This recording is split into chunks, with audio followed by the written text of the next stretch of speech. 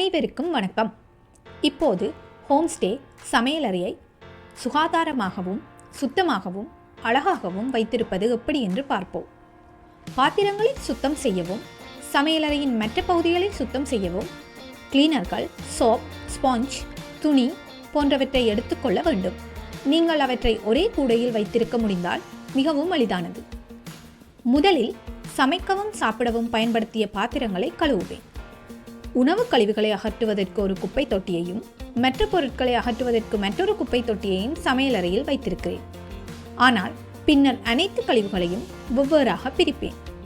அடுத்து சிலந்தி வேலைகளை அகற்றிய பிறகு அடுப்பை சுத்தம் செய்கிறேன். அடுப்பின் மேல் படிந்துள்ள எண்ணெய் மற்றும் புகை கரைகள் போக்க நன்றாக தேய்க்க வேண்டும். பின்னர் சமையலறையை தரையை அதே போன்று சுத்தம் செய்ய வேண்டும். SLTD ஹோம்ஸ்டே வழிகாட்டுதல்களின்படி நான் சமையல் எரிவாயு சிலிண்டரை சமையலறையின் வெளிப்புறத்தில் வைத்துள்ளேன். எனவே அடுப்புக்கு அருகில் எந்த பயமும் இன்றி வேலை செய்யலாம். சமையலறை என்பது எண்ணெய் மற்றும் அழுக்கு கரைகள் இருக்கும் இடம். அதனால்தான் ஒவ்வொரு முறையும் டைல்ஸ் சுத்தம் செய்வது பற்றியும் எலக்ட்ரானிக் பொருட்களை சுத்தம் செய்வது பற்றியும் நான் இருமுறை யோசிப்பதில்லை. இதேபோன்று சமையலறை அலுமாரிகள், கண்ணாடி பொருட்கள், கத்திகள் மற்றும் பயன்படுத்திய ஏனைய பொருட்களையும் சுத்தம் செய்வேன். எல்லாவற்றையும் அந்தந்த இடங்களில் வைப்பதற்கு முன் அந்த பொருட்களை ஒரு ஈரமற்ற துணியால் நன்கு துடைப்பேன். சமையலறையின் இன்னொரு முக்கியமான விஷயம் குளிர்சாதன பெட்டி. நான் 2 வாரங்களுக்கு ஒரு முறை குளிர்சாதன பெட்டியை சுத்தம் செய்வேன்.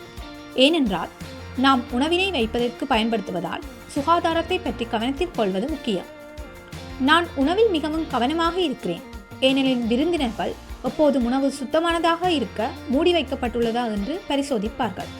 எனவே காய்கறிகள், இறைச்சி, மீன் போன்றவை ஃப்ரிட்ஜில் வைக்கும் போது சமைத்த உணவுடன் கலந்து விடாதவாறு வேறாக பையில் அல்லது அதற்குரிய மூடியுள்ள பாத்திரத்தில் வைக்க வேண்டும். பெரும்பாலான நேரங்களில் சமைத்த உணவை பாத்திரத்தில் மூடி ஃப்ரிட்ஜில் வைப்பேன். அதற்கு நான் ரப்பர் மூடி அல்லது பொலித்தீன் கொண்டு மூடக்கூடிய பாத்திரங்களை பயன்படுத்துகிறேன். வெளிநாட்டில் இருந்து இலங்கைக்கு வரும் பல விருந்தினர்கள் தங்கள் உணவை சூடாக்க மைக்ரோ ஓவன் ஒன்றினை எதிர்பார்ப்பது சகஜம். அதனால்தான் மைக்ரோ ஓவனை சுத்தம் செய்வது மிகவும் முக்கியம். சுற்றிலும் சிதறி இருக்கும் உணவுப் பொருட்களினால் பெரும்பாலும் பூஞ்சை மற்றும் பாக்டீரியா போன்றவை உருவாகலாம். இவை அனைத்தையும் முடித்த பிறகு நான் சிங்கினை கழுவுவதற்கு பொருத்தமான ரசாயனங்களை பயன்படுத்துகிறேன். அதற்கு பிறகு கைகளை நன்றாக கழுவி சுத்தம் செய்கிறேன். இப்போது என் சமையலறை எவ்வளவு அழகாக இருக்கிறது பாருங்கள். சுத்தமாகவும் நேர்த்தியாகவும் சுகாதாரமாகவும் இருக்கிறது. ஹோம்ஸ்டே வரும் விருந்தினர்களுக்கு மட்டுமின்றி நம் குடும்பத்தின் சுகாதாரத்திற்கும் இந்த விஷயங்கள் மிகவும் முக்கியம். அதனால்தான் இந்த விஷயங்களில் நான் மிகவும் ஆர்வத்துடன் ஈடுபடுகின்றேன்.